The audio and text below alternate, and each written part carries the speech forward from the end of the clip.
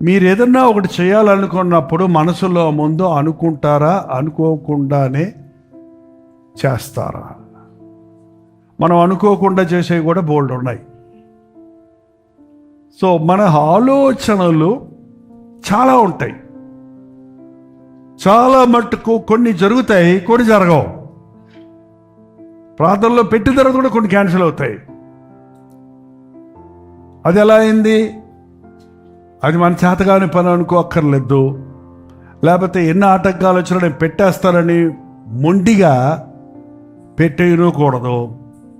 దాని విషయమై దేవాన్ని చిత్తం ఏంటి అని ప్రార్థన చేయాలి. నీ ఆలోచనలు దేవునికి అప్పచెపితే ఆయన నువ్వు ప్లాన్ చేయొద్దని లేదు. దేవుడు అంతా దేవుడే చూసుకుంటాడు అని అనుకోవద్దండి.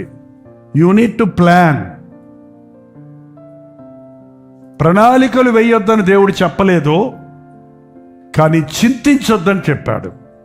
నువ్వు అనుకునేదే జరిగించాలని అనుకోవద్దు అంటున్నాడు. నీ ప్రణాళికలను ప్రభు ముందు పెట్టు.